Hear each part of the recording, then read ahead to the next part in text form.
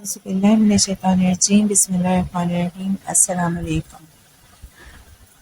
ہم پناہ مانگتے ہیں اللہ کی دھتکارے ہوئے شیطان سے، شروع اللہ کے نام کے ساتھ جو بہت مہربان نہایت رحم کرنے والا ہے۔ ہمارا آج کا موضوع ہے الجبار۔ اس سے پہلے کہ ہم اس کا معنی جانیں، میں آپ سے سوال کرتی ہوں، آپ کے خیال میں الجبار کا معنی کیا ہے؟ وہ کون سے الفاظ ہیں جو اس لفظ کو سنتے ہی ذہن میں آتے ہیں؟ جبار کہتے ہیں بہت بہت جبر کرنے والے کو۔ اگر آپ کو اردو سے واقفیت ہے تو جبار کا لفظ سنتے ہی جو الفاظ آپ کے ذہن میں آئیں گے وہ یہ ہوں گے: جبار یعنی جبر کرنے والا، ظلم کرنے والا، کسی کی مرضی کے خلاف اس سے زبردستی کچھ کروانے والا۔ ہر جبار جیسا لفظ سنتے ہی آپ کو ایک نیگیٹو سا احساس ہوگا۔ اگر اللہ تعالیٰ جبار ہے تو وہ یقیناً ایک سخت قسم کا جابر حکمران ہے جو لوگوں پر جبر کرتا ہے، ان کو سزا دیتا ہے، ان کو آگ میں ڈالتا ہے۔ قسم اٹھا کے بتائیں، آپ کے ذہن میں اسی طرح کے خیالات آئے تھے یا نہیں؟ لیکن جبار کا معنی یہ نہیں ہوتا، کیونکہ اللہ تعالیٰ وہ نہیں ہے جو سخت قسم کے دیندار لوگ آپ کو بچپن سے بتاتے آئے ہیں۔ غصہ کرنے والا، سزا دینے والا، لوگوں پہ ظلم و جبر کرنے والا نہیں، ہمارا رب ایسا نہیں ہے، کیونکہ جبر کا معنی ظلم اور زبردستی نہیں ہوتا۔ پھر کیا ہوتا ہے اس کا معنی؟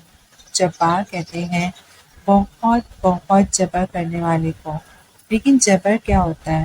جبر وہ نہیں ہوتا جو آپ سمجھتے ہیں، اسی لیے قرآن کی آیات یا اسماء الحسنیٰ کو ان کے لفظی معنی کے ساتھ سمجھنا ضروری ہے، کیونکہ یہ بہت گہرے ہیں۔ جبر کا لفظ نکلا ہے جیم، بے اور رے یعنی جبر سے۔ جبر کہتے ہیں ٹوٹی ہڈیوں کو جوڑنے والا۔ واللہ آپ نے اس معنی کی توقع نہیں کی ہوگی، کیونکہ ہم نے تو لوگوں سے سن سن کے اللہ تعالیٰ کے نام الجبار کو ظالم حکمران جیسا بنا رکھا تھا۔ لیکن جبر ظلم نہیں ہے، جبر ہے ٹوٹی ہڈی کو سیٹ کر کے جوڑنا۔ جب ہڈی ٹوٹ جائے اور آپ آرتھوپیڈک کے پاس جائیں تو وہ اسے کیسے جوڑتا ہے؟ اس کو ایک جگہ فکس کر کے پلسٹر کر دیتا ہے، ہڈی کو سیٹ کرتا ہے، یا سرجری کر کے اندر راڈ یا پلیٹ ڈال کے اس کو سیٹ کرتا ہے۔ یہ ایک تکلیف دہ پروسیس ہوتا ہے، لیکن وہ اس تکلیف سے مریض کو گزارتا ہے تاکہ وہ شفایاب ہو سکے، اس کی تکلیف دن بدن کم ہو سکے۔ تکلیف ختم کرنے کے لیے بھی تکلیف سے گزرنا پڑتا ہے۔ ایسے ہی جبر کا دوسرا معنی ہے بحال کرنا۔ جیسے کسی شے کی حالت بگڑ جائے تو اسے اس کی اصل حالت پر واپس لانا۔ بالفرض قدیم آرٹ پیسز بعض اوقات خراب ہو جاتے ہیں، ان کو بہت محنت اور نزاکت سے ان کی اصل حالت پہ ریسٹور کیا جاتا ہے، اور اس ریسٹور کرنے کے عمل کو جبر کہتے ہیں۔ جبر کا ایک معنی کسی کو اسسٹ کرنا بھی ہے، یعنی کسی کام میں اس کی مدد کرنا اور اس کے ساتھ تعاون کرنا۔ ایک اور معنی یہ بھی ہے کہ کسی کو کچھ کرنے پر آمادہ کیا جائے۔ اسی جبر سے لفظ نکلا ہے مجبور، کسی کو کچھ کرنے کے لیے مجبور کرنا، قوت یا دباؤ لگا کے کچھ کرنا، یا یہ دباؤ ذہنی بھی ہو سکتا ہے اور جسمانی بھی، جیسے ڈاکٹر کو زور لگا کر ہڈی کو سیٹ کرنا ہوتا ہے، اس زور کو جبر کہتے ہیں۔ جبر سے جابر نکلا ہے، یعنی مجبور کرنے والا۔ یہ ایسے حکمرانوں کے لیے آتا ہے جو لوگوں کو ان کی مرضی کے خلاف کام کرنے پر مجبور کرتے ہیں۔ اللہ تعالیٰ کے لیے جابر کا لفظ نہیں آیا، جبار کا لفظ آیا ہے۔ جبار ہے بہت بہت جبر کرنے والا، لیکن یہ ناجائز زبردستی کے معنی میں نہیں ہے۔ الجبار کا معنی ہے جوڑنے والا، بحال کرنے والا، مجبور کرنے والا، وہ جس کو فتح نہ کیا جا سکے، ناقابل تسخیر۔ الجبار کا لفظ سنتے ہی ذہن میں ایسے حکمران کا خاکہ بنتا ہے جو ظالم اور جابر ہو، لیکن اللہ تعالیٰ بندوں پر ظلم نہیں کرتا، بندے اپنے اوپر خود ظلم کرتے ہیں۔ ظلم کہتے ہیں کسی کے حق میں کمی کرنے کو، اللہ تعالیٰ ایسا نہیں کرتا۔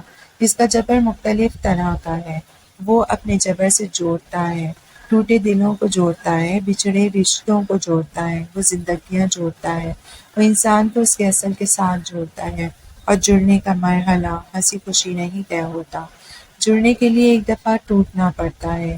اس لیے اگر آپ اس وقت ٹوٹ پھوٹ کا شکار ہیں تو اللہ تعالیٰ کے اس نام کو یاد کریں، کیونکہ صرف وہی ہے جو آپ کی ذات کو واپس جوڑے گا، وہی آپ کی زندگی کو جوڑے گا، وہی آپ کے ہاتھ سے چھوٹ جانے والے رشتے آپ سے واپس جوڑے گا، وہ آپ کی بکھری عزت اور ساکھ بحال کرے گا۔ وہی ہے جو آپ کی ذات سے جڑی ہوئی ٹوٹی چیزیں جوڑ سکتا ہے، بھلے وہ آپ کا خاندان ہو، بھلے وہ آپ کی جاب ہو یا کاروبار، جو بھی ٹوٹا ہے اس کو اپنے رب کے حوالے کر دیں، وہ اسے جوڑ دے گا، اور وہ ایسے جوڑے گا کہ ٹوٹنے کی خراش تک نہیں دکھائی دے گی، لیکن جوڑنے کے عمل میں تکلیف ہوگی۔ یہ تکلیف آپ کا رب آپ کو نہیں دے رہا، یہ تکلیف قدرتی ہے، جیسے اگر ہاتھ پہ کٹ لگے تو تکلیف ہوتی ہے، بھلے ہاتھ مومن کا ہو یا کافر کا، تکلیف ہونا نیچرل ہے۔ سو جب بھی آپ کی ذات جڑنے کے عمل سے گزرے گی اس کو تکلیف ہوگی، اس تکلیف سے پریشان نہیں ہونا۔ ایسے ہی آپ کے گھر کا سکون یا توازن اگر بگڑ چکا ہے تو اسے بھی واپس اللہ تعالیٰ بحال کرے گا، وہی الجبار ہے، وہی سب کچھ واپس اس کی پرانی حالت پہ لا سکتا ہے۔ اگر وہ لوگوں کا تعلق خراب ہو چکا ہے تو اس کو بھی وہی واپس اصل حالت میں لا سکتا ہے۔ اس لیے ایسے ہر مسئلے کے پیش آتے ہی آپ نے اللہ تعالیٰ کے اس نام کو یاد کرنا ہے۔ اور کون ہے الجبار؟ وہ جو مجبور کر سکتا ہے۔ مجبور کرنا کیا ہوتا ہے؟ کیا گن پوائنٹ کسی کو کچھ کرنے کے لیے کہنا؟ زبردستی اپنا دین نافذ کرنا؟ نہیں، اللہ تعالیٰ کسی انسان کے ساتھ زبردستی نہیں کرتا۔ الجبار کا معنی وہ نہیں ہے جو اکثر بیان کیا جاتا ہے۔ بات یہ ہے کہ اللہ مجبور کر سکتا ہے لیکن اسے کوئی مجبور نہیں کر سکتا۔ وہ ساری خلقت کو جوڑ کے، ان کے زخموں کو باندھ کے، ان کو شفا دے کر ان کو مکمل کر سکتا ہے، لیکن اسے کوئی کچھ بھی نہیں کرنے کے لیے مجبور کر سکتا۔ انسان کے پاس فری ول ہے، یعنی آزاد مرضی، وہ جو بھی چاہے کر سکتا ہے، لیکن یہ دنیا بنی ایسے ہے کہ اگر ہم خوشی سے اچھے دنوں میں اپنے رب کی طرف چلے آئیں تو بہتر ہے، ورنہ ہمارے لیے ایسے حالات بنا دیے جاتے ہیں کہ ہمیں مجبوراً واپس اپنے رب کی طرف آنا ہوتا ہے۔ اللہ تعالیٰ نے دنیا کو بہت حسین بنایا ہے، اور اس دنیا کو ایک دن اس نے خاک میں ملا دینا ہے۔ یہ دنیا ایک امتحان ہے، اس کی ساری خوبصورتی، اس کا مال و دولت، اس کے انسان، اس کی محبتیں، یہ سب امتحان ہے۔ یہ سب مجبور ہیں اور ہم انسان بھی مجبور ہیں۔ دنیا کی ہر خوشی اپنے رب کی طرف راستہ تلاش کر رہی ہے، ہر شے مجبور ہے کہ وہ اپنے رب کی طرف اپنا راستہ ڈھونڈے۔ آپ کسی شے کو کتنی ہی سختی سے پکڑ لیں، وہ ایک دن آپ کے ہاتھ سے نکل کر مجبوراً اپنے رب کی طرف اپنا راستہ بنا لے گی۔ آپ کے پاس جو کچھ بھی ہے وہ آپ کے رب کی میراث ہے، وہ اس کا مالک ہے، چاہے مال ہو یا آپ کے رشتے۔ میں اس لیے کسی شے کو کھونے سے ڈرنا نہیں چاہیے، کیونکہ ان میں سے کچھ بھی آپ کا نہیں ہے۔ اس مال کو خرچ نہ کیا تو یہ اپنے رب کی طرف راستہ بنا لے گا، آپ کے ہاتھ سے خود بخود ضائع ہو جائے گا۔ اپنے علم کو خرچ نہ کیا تو یہ بھی فنا ہو جائے گا، آپ کا رب اسے کسی اور کو دے دے گا۔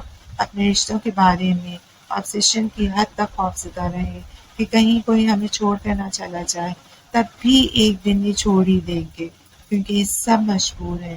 تمام انسان اور تمام چیزیں مجبور ہیں، سب کا سینٹر آف یونیورس ان کا رب ہے۔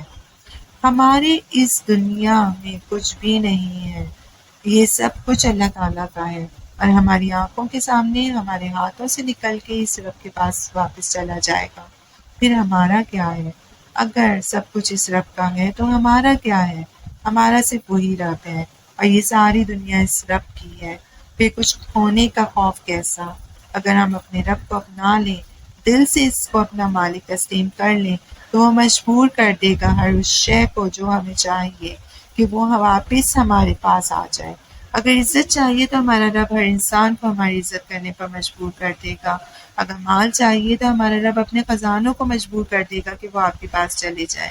اگر محبتیں اور قدردانی چاہیے تو ہمارا رب اس کو وہی وہیں سے آپ کے پاس بھیجے گا جہاں سے آپ کو گمان بھی نہ ہوگا۔ صرف اپنا خوف ختم کرنا ہے، پھر وہ ساری دنیا کو مجبور کر دے گا کہ وہ آپ کے پاس آ جائیں۔ وہ جن کے لیے آپ روتے تھے وہ آپ کے لیے روئیں گے، لیکن تب آپ کے خوف ختم ہو چکے ہوں گے۔ اور یہ کیسے ہوگا؟ جب آپ اپنے رب کو اپنا مالک سمجھ کے اس سے مانگنا شروع کریں گے، کیونکہ وہی الجبار ہے، وہی اپنے مخلوق کو جوڑ کے مکمل کر سکتا ہے۔ تو ہم صرف اپنے رب سے مانگیں تو یہ ہمارے لیے بہتر ہوگا۔ شکریہ۔